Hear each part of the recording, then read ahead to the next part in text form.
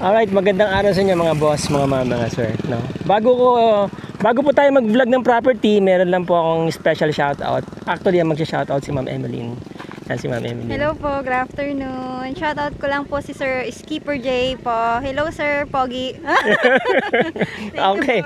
So, there you go. Sir Skipper J, shoutout po sa'yo. Galing sa kanya tong itong ating sombrero, tapos binigyan na tayo ng shades at saka ng lonta na ganito, camouflage. Again, Sir Skip, shout out sa iyo. Alright? At masarap yung red wine. Alright. Okay, so dito tayo ngayon sa Iba, Zambales. Ano po? Merong pinapabentang property dito, 1.6 hectares. Mamaya ko na sasabihin yung presyo. Pero nakita niyo yung background ko. Ganda. Meron kayong mountain view, ano? At saka, hindi na po mawawala basta-basta yung view nyo dito dahil dito, mababa na po dito. Alright? Kung matatandaan ninyo, meron akong na-vlog doon na mahaba yung frontage. Doon po yon. Ito ngayon dito. Yan. Okay. Mataas itong lugar na to. Ito po talaga yung natural contour niya. Kaya napakaganda ng view. Meron kayong mountain view. Ayan o. Okay. Itong kalsada na to is bypass road. Dire-diretso po yan. Isisementohin nila yan eventually papunta doon. Ano? Yan po yung bypass road. Bagong gawa yan. Going to and fro Iba Town Center. About 10 to 12 minutes. Nandun na kayo. No? Or wala pa siguro. Sa munisipyo, mga 8 minutes or 5 minutes. Nandiyan na kayo sa munisipyo. Malapit lang po munisipyo dito. And then going to Manila is about 5 hours. Alright? So ito po yung property. Maluwag ang kalsada. Tutok ang haba ng frontage. Mula dito, yan, hanggang doon. Yun. So this is 1.6 hectares. At tingin ko ang frontage niya ay nasa kung di ako nagkakamali, nasa ano to? Nasa 80 or more. I think this is 100 plus pa nga siguro, ano. Pasensya na kayo, medyo mahina ako sa kalkulasyon eh. Minsan naman tumatama ako, pero kung ito every 4 meters yan, hindi rin eh. 4, 1, 2, 3, 4, 5, 6, 7, 8, 9. I think so. This is about 80 meters yung frontage niya, ano po.